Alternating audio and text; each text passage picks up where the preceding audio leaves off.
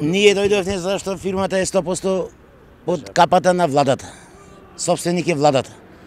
Не прво и прво не ни обезбедува работа за Министерство за внатрешни работи и за Министерство за одбрана.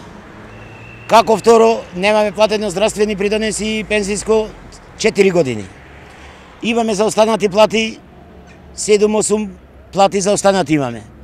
Работа немаме никаква.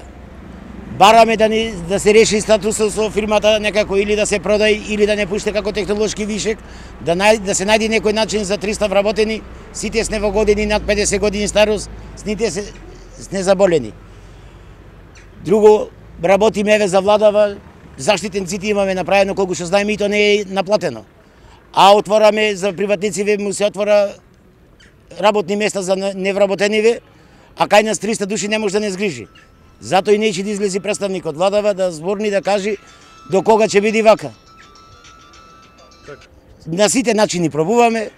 Синдикат чланари да ни запира, во синдикатот пари ве не ода, сега одже пари дадовне за да дојдеме да го платиме автобускиот превоз. И до кога плюс то трудов инспектор во фабрикава нема дојде на години. Не сме ни да дојде, пошто ви кажам фирмата е од владата, не сме да чепна таму. Владата го носи законот, а таа го покажува законот. Еден приватник ќе го казна за една фискална неиздајна од 50 денари, 3250 евра казна му зема. А ние придонесите, најбитно не е здравството. Сите сме оболени. Еве јас сум за операција, му кажувам нема шанса да ми дај за останати плати што имам и ветија да оточе ми дај година и пол, не ми дава. Видо го фрлив, до кога ќе биде не знам, ама Господ е голем, Господ гледа.